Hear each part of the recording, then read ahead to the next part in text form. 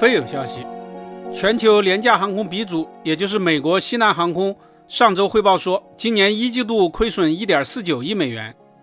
同时，因为特朗普阴晴不定的外交和经济政策，亏损或许还将进一步加剧。美国西南航空成立于1967年，在2008年以前，它基本上都持续盈利，曾经创造过持续30多年盈利的商业神话。尤其是2001年的911事件对民航业带来了沉重打击，美国的航空业哀鸿遍野，但是西南航空一枝独秀，成为了当时的标杆企业。美国西南航空的特点非常鲜明，它的历史被写进了很多商业教科书。它创造的廉价航空模式直到现在还被全球许多航空公司采用，主要包括采用单一机型以压低成本，行李托运和航餐服务另行收费，不经营长途航线，避免机组外占成本，误机时机票作废，而不是1年有效。美国西南航空依靠这些战略，在长达几十年的时间里所向披靡，无往不利。在2012年以前，它甚至只使用波音737-700，连737-800都不用。2012年，有人开玩笑说，西南航空将引进大飞机，是多大呢？737-800。现在包括737-800和737 MAX 8在内，美国西南航空的机队规模802架，位列美国和全球第4。它不仅一直是纯波音机队，而且还是纯波音737机队。它是美国波音公司的最大客户，地位举足轻重。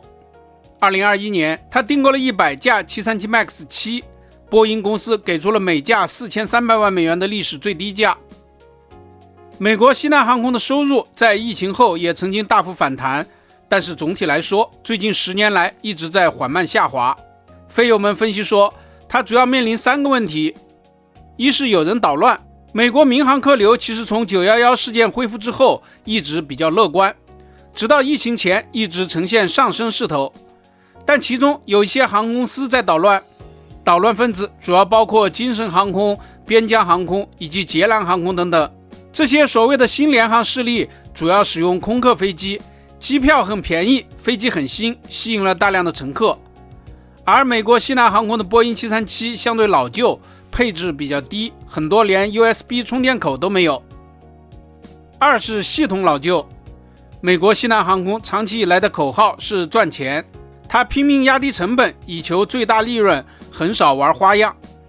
但长期以来，这种思想带来了系统老旧的问题，人们按部就班，缺少创新，系统功能没有与时俱进。2022年暴风雪带来的大批延误，西南航空的系统没有及时恢复，遭到了广泛的批评。三是不再廉价，美国西南航空其实已经不再是廉价航空，最近这些年，它一直可以免费托运2件行李，这带来了一定的成本压力。而另一方面，美国各大航空公司的国内航班也基本上都不提供热餐，节约下来的费用同样可以压低票价，因此拉近了与西南的成本差距。也就是说，美国西南航空当年的廉价战略正在多方位失去战斗力。当然，美国西南航空也还有一定的优势，比如说它的飞机采购价格依然是最便宜的，它的管理人员比例也依然是较少的，它的飞机利用率依然很高，它的员工薪水依然很可观等等。现在西南航空已做出改进，比如说将从5月份开始不再免费托运行李，这些措施能否收到成效，现在还不知道。但除了特朗普捣乱之外，不少分析都认为西南航空本质上是懂经营的，它依然还有扭亏为盈的机会。朋友们，你们觉得呢？本期咱们就聊到这里，下期见。